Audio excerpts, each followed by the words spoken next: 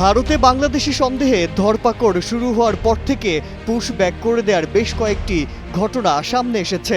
সীমান্তে push back বা push in আসলে এমন একটা পদ্ধতি যেখানে ধরা পড়া ব্যক্তিদের সীমান্তে নিয়ে গিয়ে অন্য দেশের সীমান্তে ঠেলে দেওয়া হয়ে থাকে।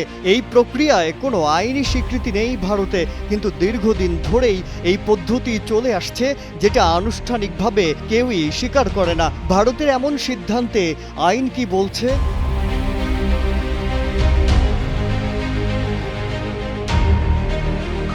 ভারতের মানবাধিকার কর্মীরা বলছেন, এভাবে পুশব্যাক করে দেয়া সম্পূর্ণই আইন বহির্ভূত কাজ।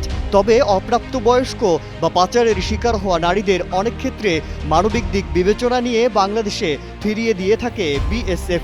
এই পদ্ধতির অবশ্য আনুষ্ঠানিক স্বীকৃতি রয়েছে।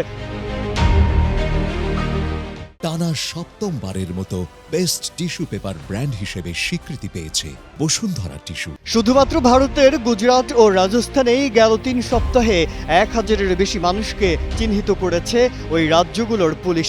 তাদের দাবি, এই চিহ্নিতরা বেআইনিভাবে বাংলাদেশ থেকে এসে বসবাস করছিলেন।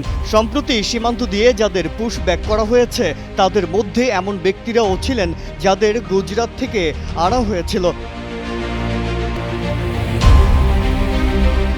আইন অনুযায়ী পুলিশ কাউকে ধরলে তাকে ২৪ ঘন্টার মধ্যে আদালতে হাজির করার নিয়ম আছে।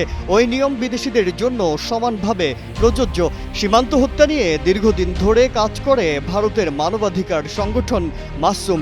সংগঠনটির প্রধান কিরিটি রায় বলছিলেন, ভারতের সংবিধান অনুযায়ী ভারতীয়রা যে অধিকার পান, সেই একই অধিকার ভারতের মাটিতে থাকাকালীন বিদেশি নাগরিকরাও পাবেন।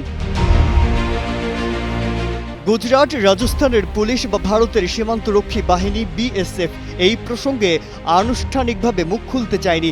বিএসএফ সবসময়ই বলে থাকে যে তাদের ডিকশনারিতে পুশ ব্যাক শব্দটাই নেই। কিন্তু নিরাপত্তা বাহিনীগুলোর কয়েকটি সূত্র নিশ্চিত করেছে যে সম্প্রতি অবৈধ বাংলাদেশি বলে যাদের চিহ্নিত করা হয়েছে তাদের ছোট বড় দলে ভাগ করে পুশ ব্যাকই করা হচ্ছে। মাজহারুল আলম, কালের কণ্ঠ।